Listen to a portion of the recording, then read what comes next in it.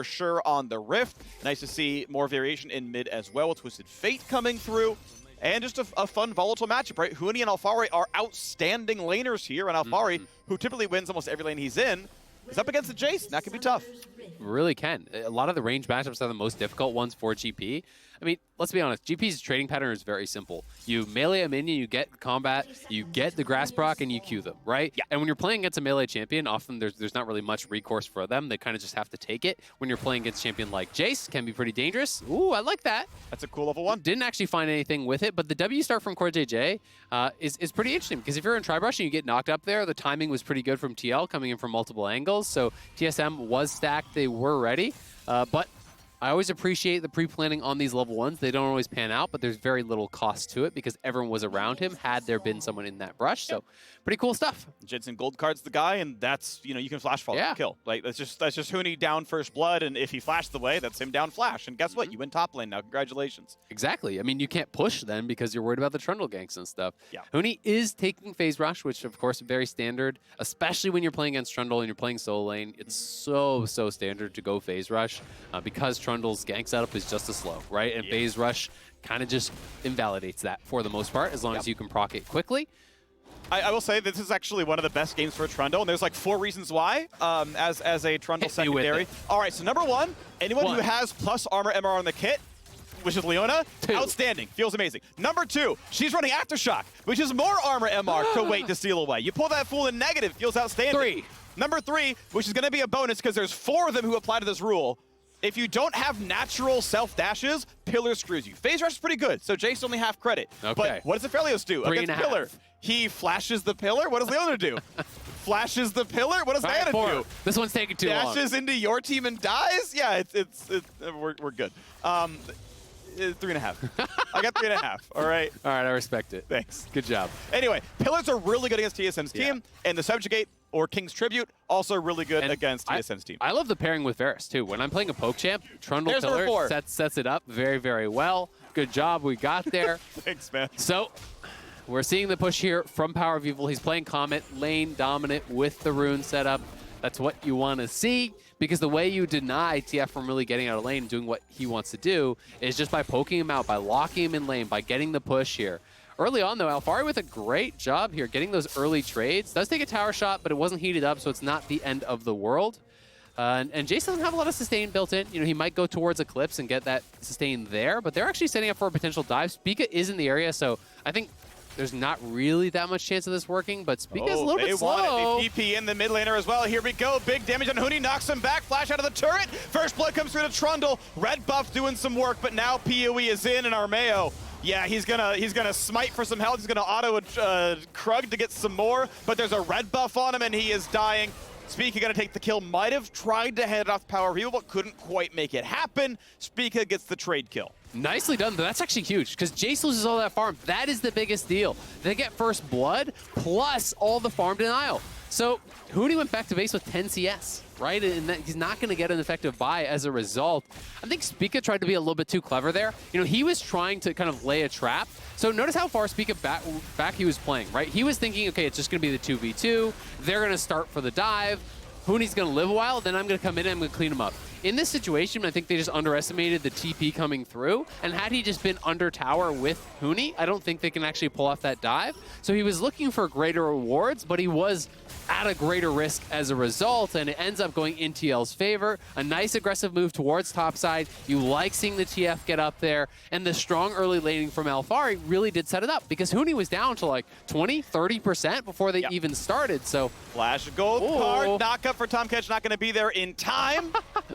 Good sidestep by Power of Evil. Did have to flash it, of course. Didn't get to use a soldier for that once. That is Summoner down. Yeah, it's also CoreJJ's flash, though. He flashed for the W to get in range, because the early ranks of the W, you know, it's really short range. So, you know, he did flash in to try to follow it up. It is the 2 flashes traded there for just the 1 of Power for Evil. So, not too bad on the TSM side, but I like the aggressive moves here from TL. That has been something they've been criticized for. He's here again. Armeo times the Q between turret shots. Doesn't take any aggro. And here's Armeo. Here's CoreJJ. Tactical, you know, 1v1. Enjoy that one. Huni just gets out of the way. Spica around. Top lane turret almost down a plate. But both supports are here. It's a 2v2 top lane. We got lane swaps back as Tactical gets rooted and walks away. Oh, Court. Yeah, that's going to spot him. Hody is just having a really tough time. I mean, he's out of corrupting potions, charges. He has no TP.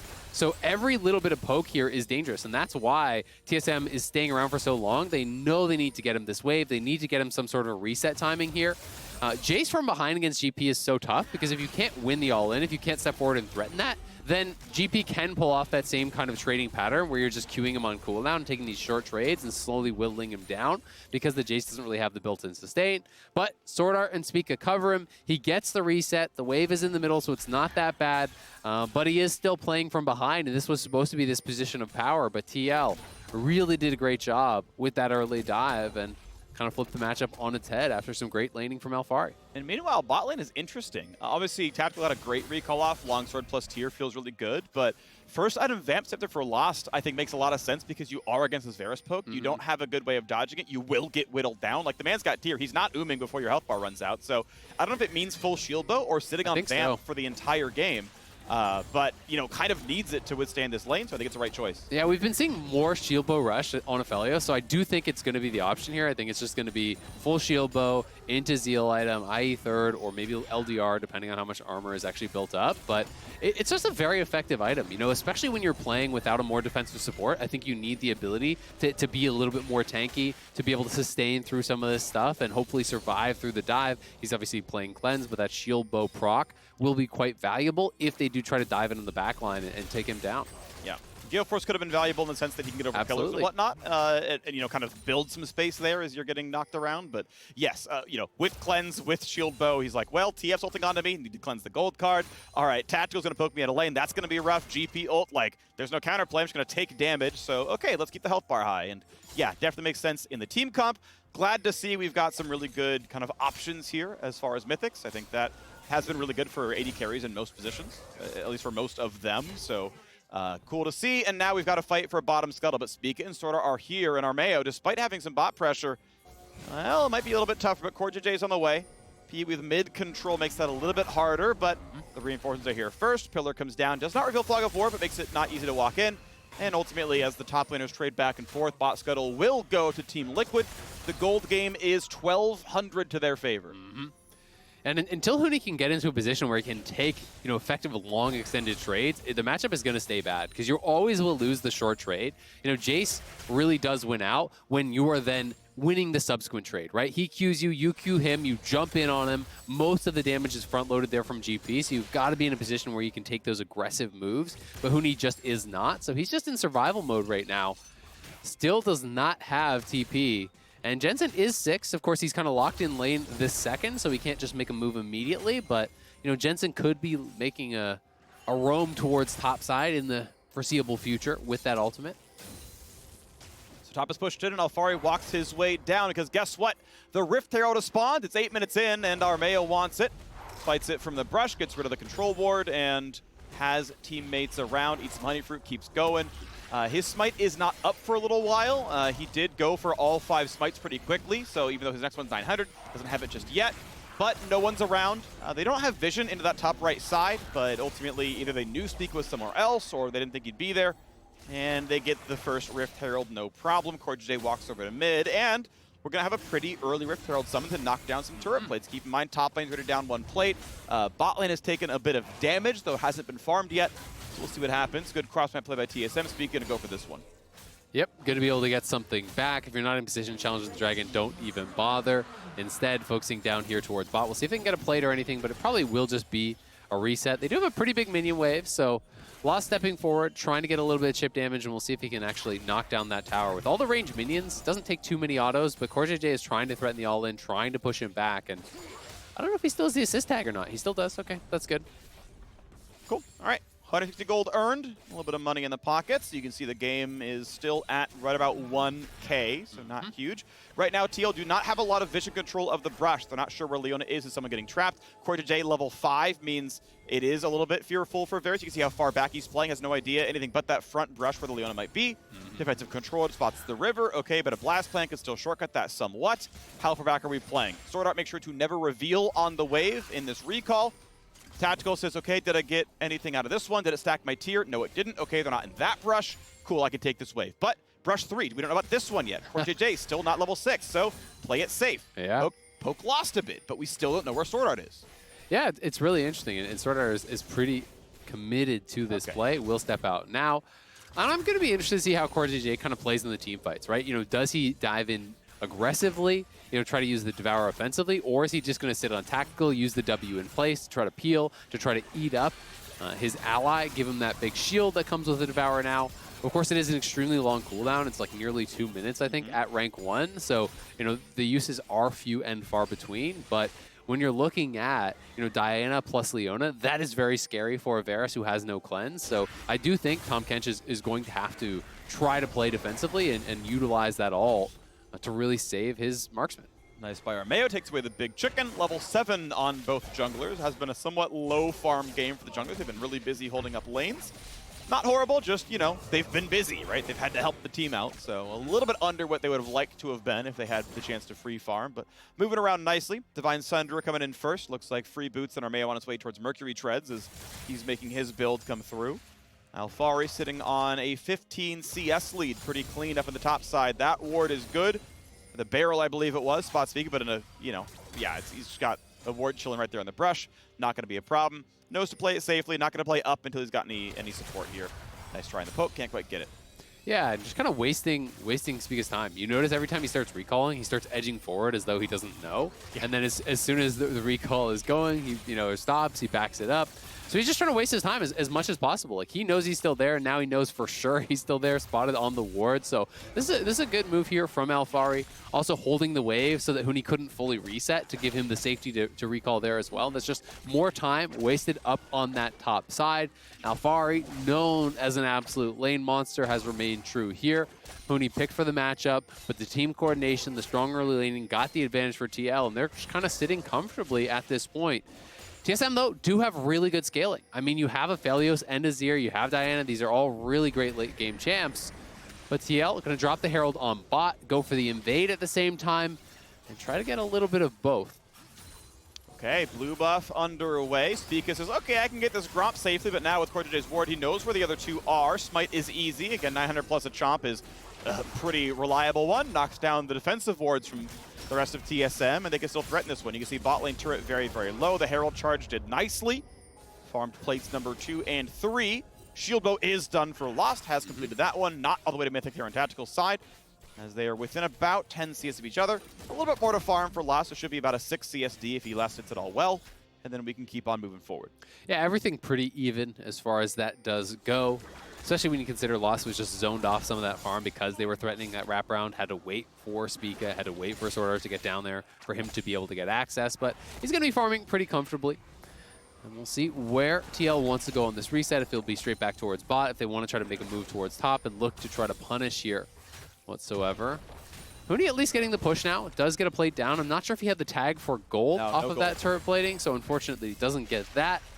But he's still sitting in a bit of a tough spot. I mean, you know, when you do fall behind as Jace, you know, one of the difficulties with this champion is that you don't have a tremendous amount of kind of comeback mechanics. You can group and poke and try to play it through that, but GP is going to be strong on the side lane, and you're always going to have to contend with the threat of TF joining in. So it's going to be difficult for Huni to really get a lot of work done in these side lanes. Power spike in, Divine Sundra. Alphari can finally one-shot Cassius with a parlayed barrel. Auto the melees a few times, and now it's time to just earn money. Looking at the game so far, Gangplank off his early dominance has been looking good. Again, the CS lead now closer to 20, so has been continuing to accrue an advantage. The Mythic not done for Huni. Teleport difference here. Huni can join. Alphari can only ult. Does TL fight for this one? TSM have Dragon number 1. Armeo has a Blast Plant, has a Flash. Not going to go for this one. Claimed. TSM 2-0 on Dragons on the way towards Cloud Soul. Ulti coming across for Jensen. Not going to find a good target yet. CoreJJ nearby. Leona going to stop the chase. Decent damage coming out from Lost ulti as well. Just really slows him down. And honestly, TSM, they saved their teleport. They burned GP ult. They burned Twisted Fate ultimate. They got a dragon. Well done, TSM. Yeah, well done by TSM there. I think TL, after they went for that kind of semi-engage, were hoping to maybe get enough poke down that they could take the mid lane tower. But Alfari here on the wraparound. TP's coming through. Dangerous for our boy Gangplank because Power of Evil is here, jumps over. Alfari has flashed back to his turret, but it's a 4v1. You flash and you're still just gonna die. Alfari takes the wave and takes an L. Spica claims the kill. Great move here from TSM. They get the Dragon on the bot side. They get back towards top and they punish. Plus no TP on the Gangplank. Means this tower is going down here for the Jace. Nicely done. Huni gonna get first turret to himself. Well, not first turret. Bot lane first turret was a while ago. I take that back. But First turret that he took. first turret of TSM's game is on that one. It's not worth any extra gold or anything, but it is still money Get in a the gold pocket. star afterwards. It is a gold star. I agree. Yeah. That's actually pretty apt here. So there we go. Claims Rift Herald number 2. TL got the first. The TL honestly 3-1 on epic objectives so far. We'll see now which turret dies. I really, really do like, because of the changes 3 patches ago, 2 patches ago, trying to find a tier 2 turret in a side lane to kill a second Herald. Because it's just worth 50% more than the other turrets on the map. It's just a really good surge of gold to go for. It makes it really worth trying to get that as your objective. Absolutely. And so, like, hey, if you're willing to steal a red buff because the gold difference, you should be willing to try to get the side lane tier 2. Now this is a pretty big swing potentially in the matchup now that Eclipse has actually come through. You know, Huni is going to have some sustain, is going to be able to shrug off some of this Q poke, so he may be able to then look for the more aggressive extended trades that I was talking about, and that's the kind of position that Jason needs to play from. So got some help there. They made a good move towards the top side. He got the turret gold, and he's playing from a pretty good advantage. You can see TL trying to threaten a move down towards bot, but Spica and Sorter are actually covering the push here from Power of Evil. And that's just good play, because they know that Azir in the side lane is going to be vulnerable. They push back the TL members, and now they're trying to be first to collapse here. Will they actually commit to it? Oh, Alfari getting attacked. What else is new? I feel like he's been really taking a lot of pressure since his return to the roster. Yes, his CS leads are good, but here we go. Armeo wants in. He's going to be stunned up, though, and bursted on. Can he get the ulti off? Not a chance. He casts the spell, but dies right away. Nice flash by Corday. Gets away from the Shurima shuffle. Nearly a second kill thanks to Power of Evil. TL walking away, but clearly TSM have done well to answer with kills.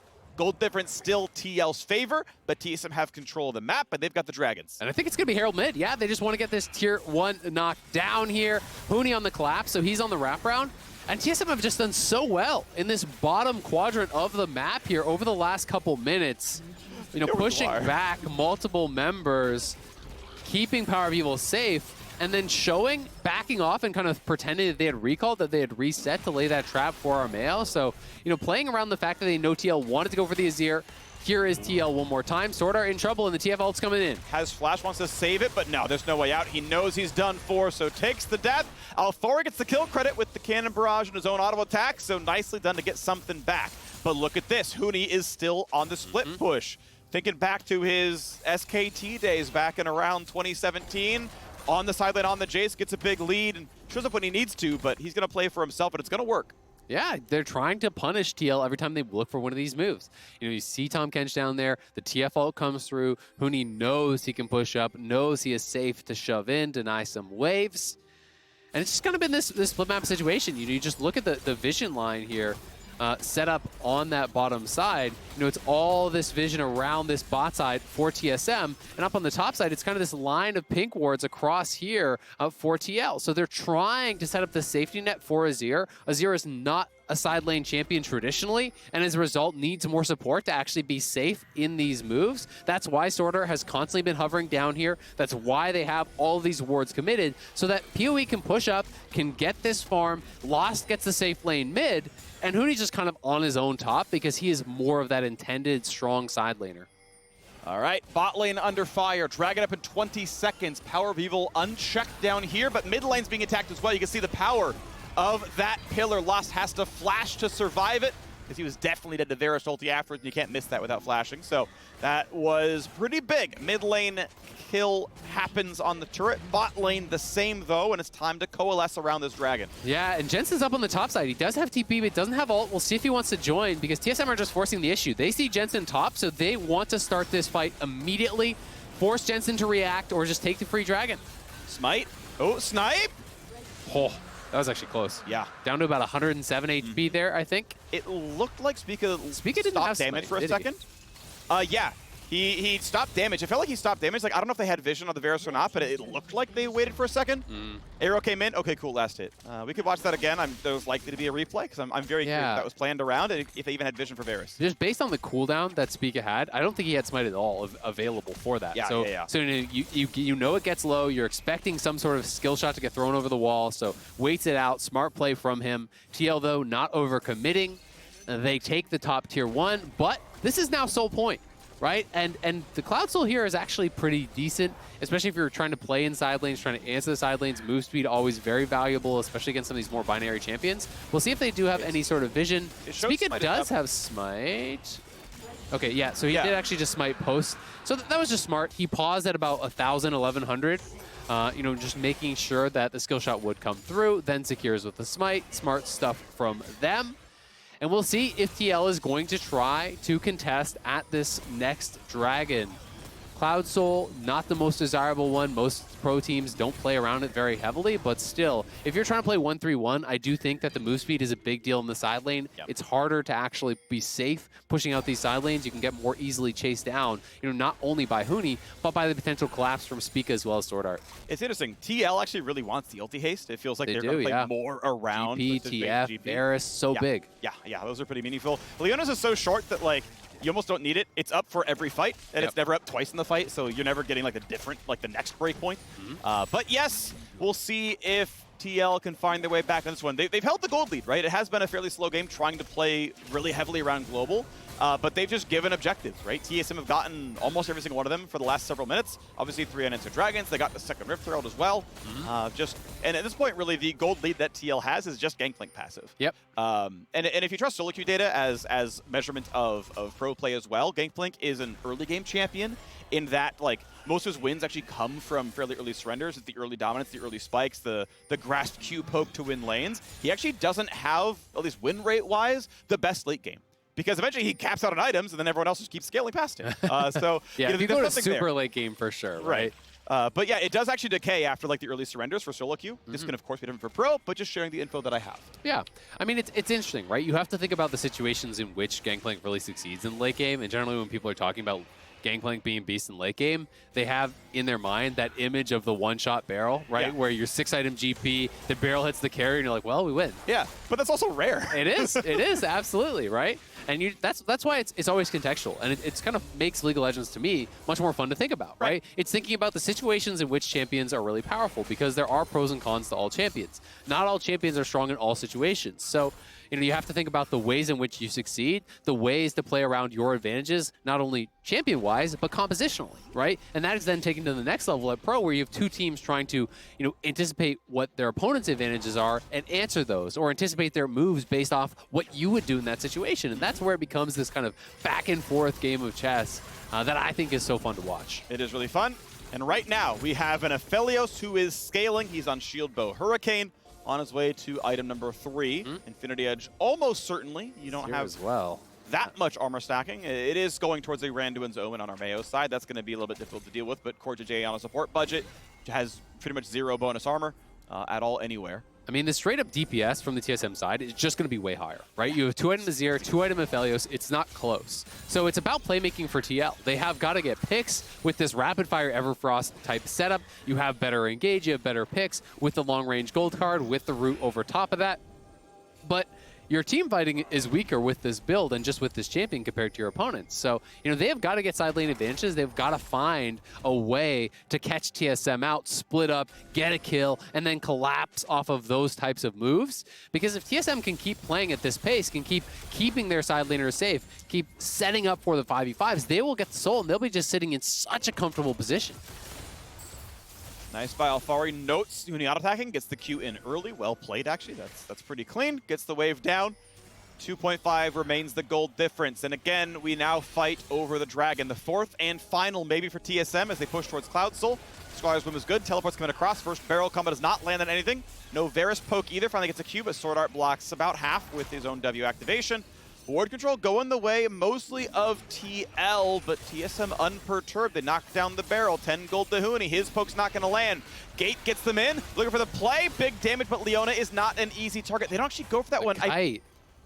They're just trying to play it slow, right? Yeah. They're just trying to actually poke them out. They're going to try to use the Jace, or excuse me, like poke out this Jace, poke out the members from that TSM side using the Varus, the Trundle pillars, the wild cards, barrels over the wall. So I think they don't want to hard commit because they're worried about the potential of the Diana flying in, the Azir flying in and knocking them down. Azir Aphelios team fight is just brutal, so it is Poke and TL not letting TSM get the Dragon low, not doing it themselves, not playing around the steal, lost at half. And Lost has a wave down in bot lane, but if he goes for it, I think they could just start the fight and TL get Dragons. So, still playing it around. When's the engage come in? Spica waiting in the wings, has a blast plant, could jump to Dragon, Tactical and use that as the way in. And nice poke on a Tactical. Huni doing most of the lifting there.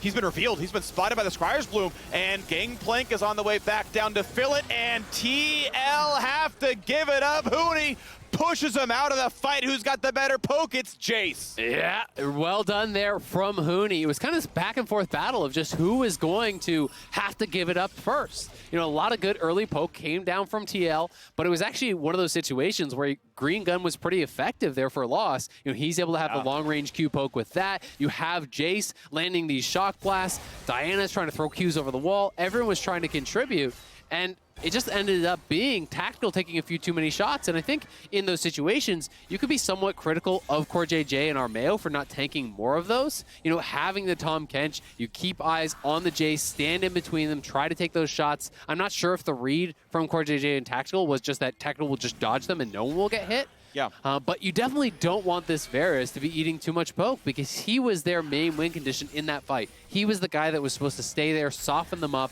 and then maybe find that hard engage after they're already low HP. Minor point, Armeo pivoting his build, had double Recrystal, sold one, has gone Glacial Shroud towards Frozen Heart now, so going more for the ability haste and wants the attack speed slow for Lost. I find that interesting. Lichbane is done, plus Rapid Fire Cannon in for Jensen. That's looking good. But we have QSS in for PoE, looking good so far for TSM.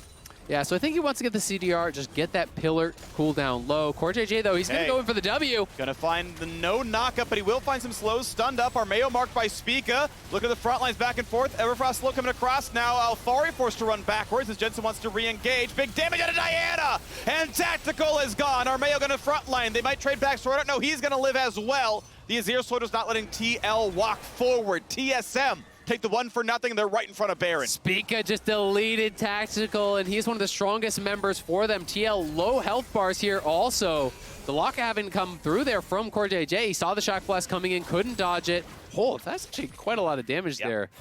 The gold card with the rapid fire. That wasn't coming even stacked deck. through. That was just those. He is a Lichbane completed. So that is the real big deal there. The poke from Jensen, pretty significant when he can land it. And that's going to dissuade them from going any further. But we've seen how dangerous it is for Tactical. You know, CoreJJ wasn't there to devour him, to actually keep him safe. And Tactical uses the flash, just ends up going down. And the most concerning part about that is it wasn't even flash off of Spica Power of Evil to actually kill him, right? You know, he got caught out, he got taken down. We can see this one more time.